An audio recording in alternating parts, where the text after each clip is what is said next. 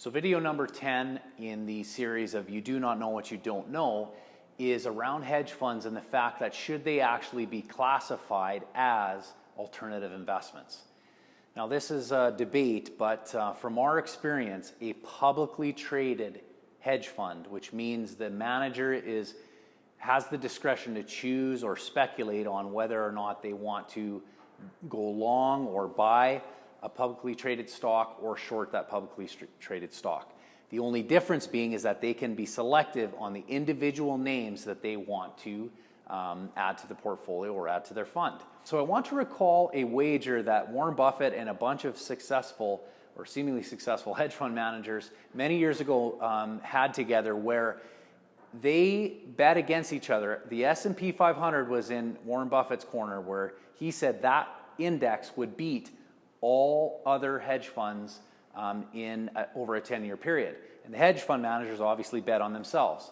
And over that 10-year period, every single hedge fund lost to the S&P 500. So all of the speculating, all of the management, all of the manipulation that went into managing those funds went all for naught, because the boring old basic index beat those hedge funds. So all of those managers donated $1 million each to a charity of choice.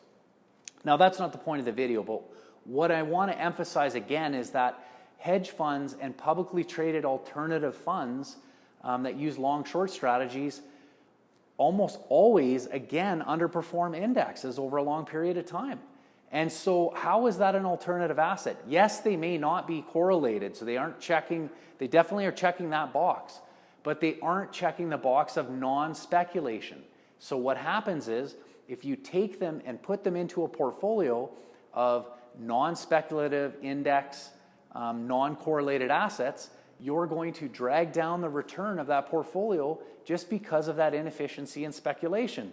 So we have to go on the side of hedge funds that are publicly traded should not be considered alternative assets.